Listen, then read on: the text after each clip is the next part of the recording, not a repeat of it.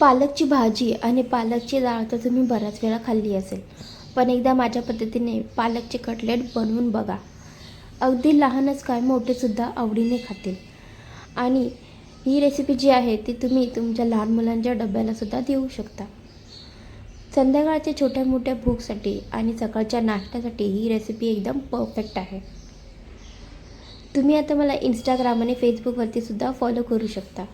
अवघ्या 10 मिनटाच्या आत बनणारी ही रेसिपी मी कशी तयार केली त्यासाठी व्हिडिओ जो आहे तो पूर्ण बघा आणि चॅनलला लाईक, शेअर आणि सबस्क्राईब नक्की करा. चला तर मग बघूया ही टेस्टी रेसिपी मी कशी बनवली ते. वळूया आपण कृतीकडे.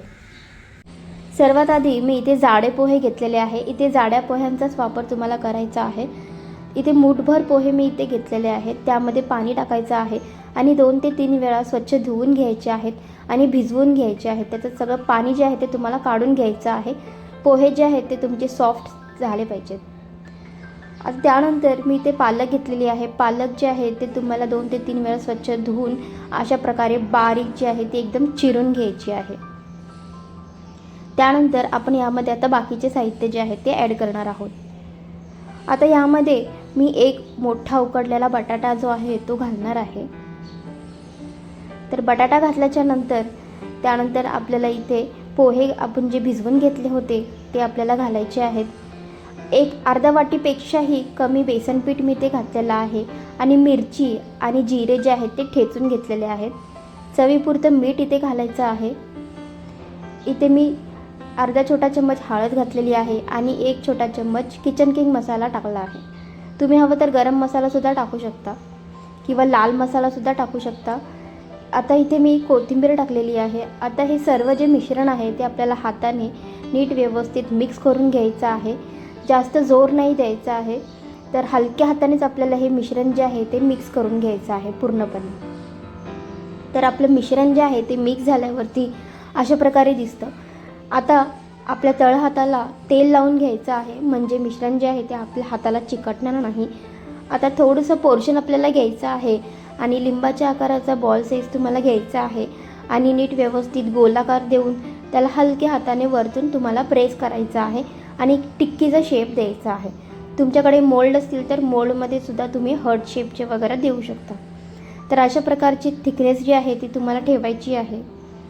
तर तुम्ही बघू शकता अशाच प्रकारे सगळ्या टिक्क्या ज्या आहेत त्या मी आता बनवून घेणार आहे.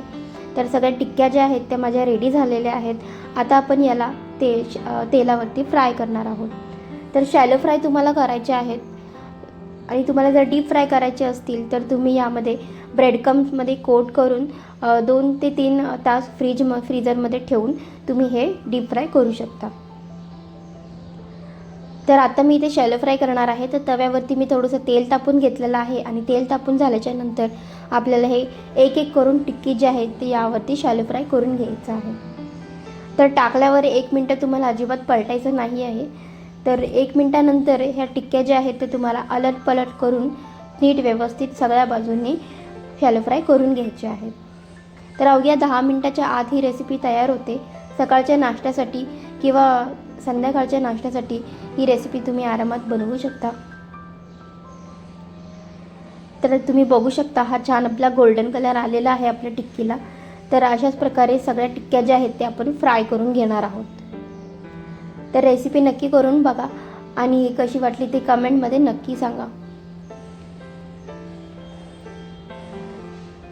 तर आपल्या टिक्क्या ज्या आहेत त्या आपल्या रेडी झालेल्या आहेत. तर मीडियम गॅसवरती तुम्हाला या टिक्क्या ज्या आहेत त्या चांगल्या शॅलो फ्राय करून घ्यायच्या आहेत. तर अशा प्रकारे आपले टिक्की जे आहेत त्या रेडी झालेल्या आहेत. तुम्ही बघू शकता एकदम छान वरतून क्रिस्पी आणि आतून एकदम सॉफ्ट होतात. तर आपल्या टिक्क्या ज्या आहेत त्या रेडी झालेल्या आहेत. आता आपण याची प्लेटिंग करून घेऊया.